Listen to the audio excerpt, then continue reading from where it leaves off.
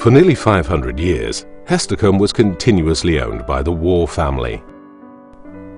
When the last of the line died in 1872, the estate was left an 18th century time warp, with the parkland extending right up to the perfectly preserved Georgian house.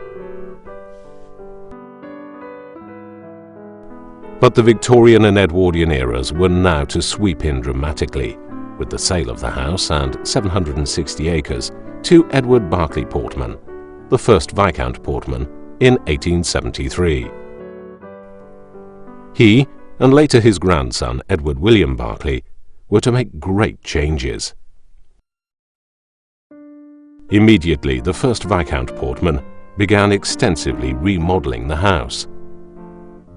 Using the plans of architect Henry Hall, the exterior was given an Italianate-style facelift. This included the eye-catching water tower and, at the entrance, the impressive porte-cochere or carriage porch, complete with Tuscan columns.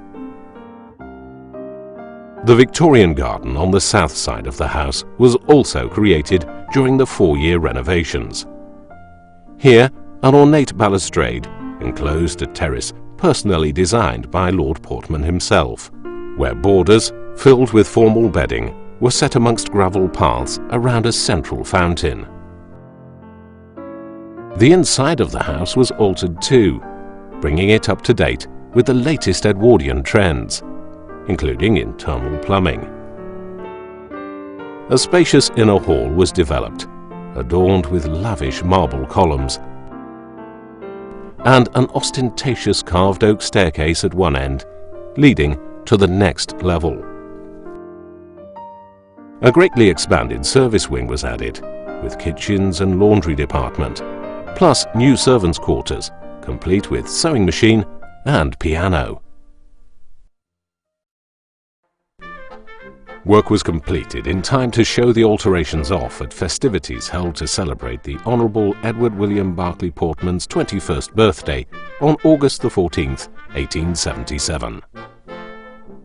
A huge marquee was erected on the lawn, exquisitely decorated with ivy wreaths, fruits and flowers, and a lavish luncheon was served at 3 o'clock for 500 guests, prepared by a well-known London caterer.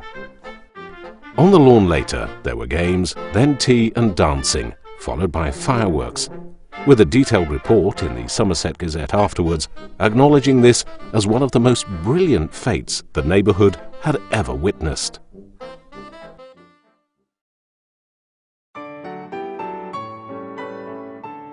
No one actually came to live at Hestercombe full-time for another 17 years, when Teddy Portman was presented with the estate on his marriage to widow Constance Mary Vesey in July 1892. Connie was 37 and Teddy 35.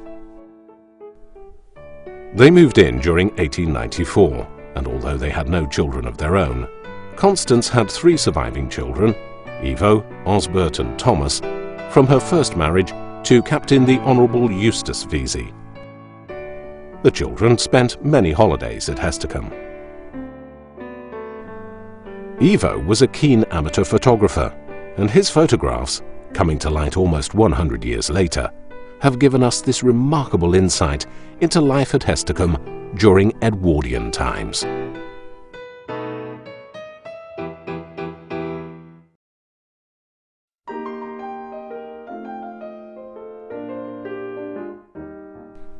It was editor of Country Life magazine, Edward Hudson, seen here on a visit to Hestercombe, who introduced Teddy Portman to up-and-coming architect Edwin Lutyens in 1903.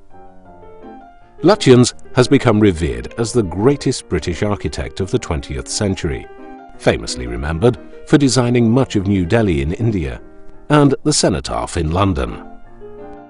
Mr. and Mrs. Portman commissioned Lutyens to design them a garden. It was the only purely garden commission the architect ever undertook. After much debate, the ambitious plan, very intricate for the space, was approved, and in April 1904, a section of parkland was fenced off to the south side of the house, and work began to transform the flat ground into a complex range of levels. Huge quantities of earth and stone were removed to make way for the sunken parterre and terraces. It was arduous work. Mort slate, the stone for the hard landscaping, came from Hestercombe's own quarry in the landscape garden. A great gang of men was needed to get the stone out, crucial amongst them being local explosives expert Edward "Johnny" Rendell, who was in charge of the blasting. Gradually, the skeleton of the garden began to arise. Piece by piece, the main features took shape: the pergola, great plat, terraces, rotunda and rill. Then it was plantswoman Gertrude Jekyll's turn to soften the hard landscaping with her unique combination of plants. In the centre of the garden, the great plat, an enormous sunken parterre, served as an impressive focal point. Jekyll edged the geometric borders with luxuriant bergenia and filled them with lilies, delphiniums, peonies, and later red cannas and gladioli. On either side of the great plat were raised walks bisected by narrow canals known as rills. These were planted with water forget-me-not, iris, and arums. Above them, the grey walk was filled with silver and grey-leaved plants, accentuated with flowers of blue, mauve, and white. The pergola, the longest in Britain, provided a semi-transparent boundary enclosing the garden, yet allowing it to remain linked to the surrounding countryside.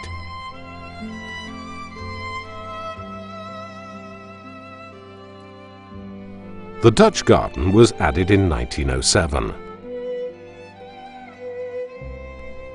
Ornate Italianate urns gave some height to the beds, which were planted with spiky yuccas and contrasting soft-leaved stachys, catmint, and Jekyll's own selection of lavender, Munstead. Exquisite cherubs graced the pillars leading to the classical orangery, which was also created in 1907. It is considered to be the finest garden building Lutyens ever designed. Lutyens even designed the garden seats, now famously referred to as Lutyens benches. And for fruit, flowers and vegetables, a large walled garden complete with extensive glasshouses was developed. In recognition of the resounding success of the gardens, Hudson featured them in the October 1908 issue of Country Life magazine. The article praised Lutyens' skill in combining a diverse range of historic influences with such style, from Elizabethan raised walkways to Moorish and Italianate water features, whilst at the same time positioning the gardens so cleverly and linking them sympathetically with the landscape. Today, this garden is regarded as one of the finest Edwardian gardens in the world, and an exceptional example of the combined work of this talented partnership. Their mixed style of formal landscaping and informal planting was in direct contrast to the very formal bedding schemes of the Victorian era, and came to define the English garden style.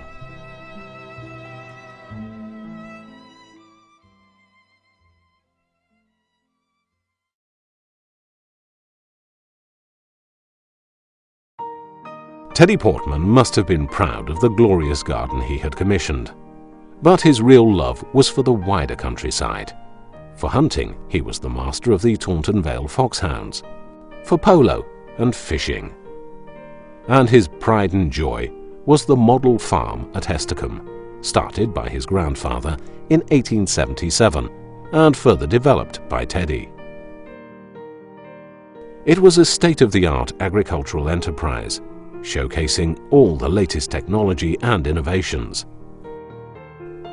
It boasted an enviable complex of buildings at the home farm, including stockyards, an animal hospital, and piggeries. And the mill was remodelled to become the estate timber yard, frequented by the Hestercombe carpenters. The dynamo house was also created at this time to house the turbine which produced electricity for the house. A smithy to serve the Portman estate was also built in nearby Jedden Fitzpaine. It is still used today. The farm animals themselves were the best that breeding could supply. Teddy's renowned herd of Red Devon cattle won prizes at shows far and wide, and champions like this bull, Pound Pinken, together with Devon red cows, Sweet Pea, Spinach, and Telltale, described as an extra large cow with plenty of flesh and milk, received much praise. Much labour was required on the model farm and elsewhere on the estate. Over 70 people were employed here before World War I. There were grooms, a blacksmith, the gamekeeper Charles Henry Butters, dairyman, carter Albert Rowcliffe, carpenters, the shepherd George White, and farm labourers. The gardens needed specialists to tend the terraces, walled garden, greenhouse and grounds. In 1912, all these staff were engaged under the leadership of head gardener Mr. Arnold. Amongst them was Bill Bond, who cut the grass with a horse-drawn mower. The house also demanded a hierarchy of staff to keep the Portmans in the style they expected. There were maids, butlers, footmen, cooks, kitchen staff, and the all-important chauffeur, Fred Humphreys, who drove the Portman's car. Hours were long, with only one day off every 3 months in the early 1900s. A highlight for many estate workers, though, was playing in the Hestercombe cricket team. But there was still a marked social divide. The gardens were strictly out of bounds for staff.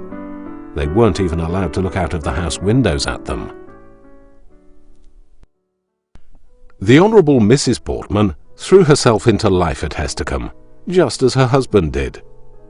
Always accompanied by one of her beloved terriers, she visited her herd of prize Jersey cows every day between 11 and 12. From here she would proceed to the kitchen garden, ringing the bell for her daily tour with the head gardener, to oversee the weekly dispatches of fresh produce to the local hospital, where a ward was named in the Portman's honour. Unfortunately, Constance was to be widowed after 17 years of marriage. In 1911, Teddy Portman's life as countryman, farmer, local justice of the peace and High Sheriff of Somerset suddenly ended after catching a chill whilst playing golf on Pickeridge Golf Course near Taunton. He died on the 27th of April, aged only 55. Hundreds of people turned out as the funeral cortege passed by. The coffin was appropriately carried to the local church on a farm wagon.